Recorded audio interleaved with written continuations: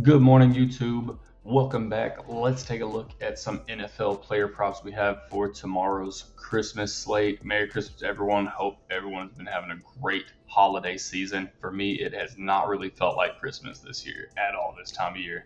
Not very jolly, not very holiday feeling. But hopefully we can get back into that. Maybe get us a quick cash out come Christmas evening. Got 3 picks we're looking at. Maybe get you some late gifts for those Chinese Christmases you got coming up, those white elephant Christmases. So Javonte Williams, over 9.5 first quarter rushing yards is what we're looking at here. Now, when we talk about this matchup between Dallas and Washington, both teams, no playoff chances, right? Both have been eliminated.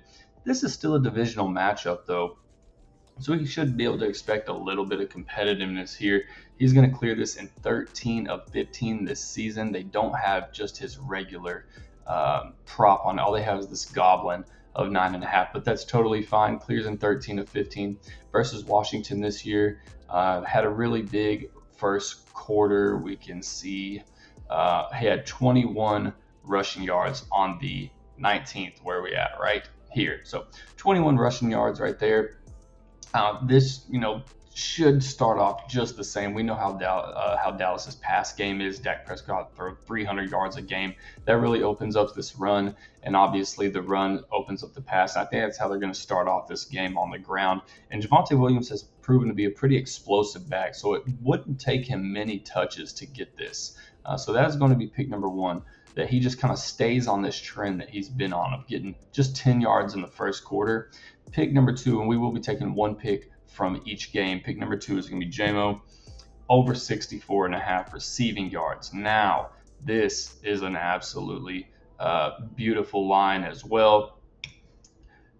When we look at his last 10, the average is amazing, right? So Jameson Williams his line has not adjusted. So St. Brown, we need to talk about Amon-Ra St. Brown. He's probable, but he could still sit or be like limited utilization. But right now he's probable. Jameson Williams' line has not adjusted for an absent St. Brown, which is fine because he's probable, so why would it? But this is a solid line even without St. Brown. Without St. Brown, he is still averaging 90 that we can see here in these last 8 games. So just in these last 8, he's averaging 90, and that includes a 0. And if you know anything about your averages, having a 0 really hurts that. And he's still averaging 90 yards through 8 weeks with a 0 game. You remove St. Brown or limit St. Brown, and this is just spiking. You can see right here against the Packers on Thanksgiving when St. Brown got injured early in that game. He had a season high of 144. So now we come into this again. Detroit does have something to play for here, right? They do got a little bit going on. It's very slim chances, but if they win, they're looking at a 9% chance of making the playoffs. So wild card weekend.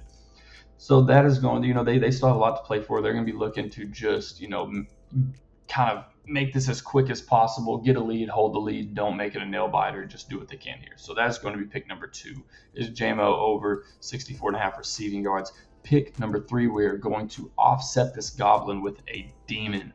Looking at Bo Nix, over 3.5 quarters with 30 plus passing yards. Now, I typically don't go demons. I try to just do those on the side and give you all just good solid picks without having, it's already a risk as is. Now you're making it a less likely risk.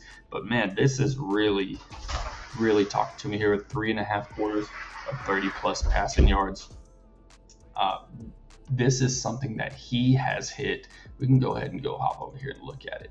He has hit in, I think, 4 of his last 5. Again, 3 of his last 5. So we're asking for every quarter, get us at least 30 passing yards. Broncos are looking to put a lid on their 1 seed against KC, who is eliminated. And KC, honestly, is probably going to lay down in the second half. Denver, obviously Mahomes is out. Denver should be dominating time of possession. So you could take this based on sheer volume alone. A lot of stops for the defense, a lot of touches for the offense. If Denver can get like 3 to 4 offensive drives per quarter, we are in really good shape. And I know it sounds like a lot, 4 does, but it's very possible. We are in really, really good shape. And that's just turnover on downs. Not even to mention the probable, fumbles, interceptions that we're going to get. Bo Nix is going to have the ball in his hands so much. He did have it. He didn't hit this against KC a month ago. He only cleared in 3 or 4 quarters, but that was a very much more competitive game. KC has nothing to play for anymore. Denver has everything to play for, battling it out with New England. So I think he comes out, and this dude also throwing 35 to 40 passes a game, right? I mean, his pass attempts are just, bonkers lately. 37, 45, 38, 34, 47. We do that, sprinkle that out throughout the game. 30 plus passing yards per quarter. Come on now, give me that. So we are looking to 5x our money here with this. Hopefully, like I said, we can get you a nice little late Christmas gift here with this. So let me know what y'all think. Catch y'all on the next one. Good luck. Later.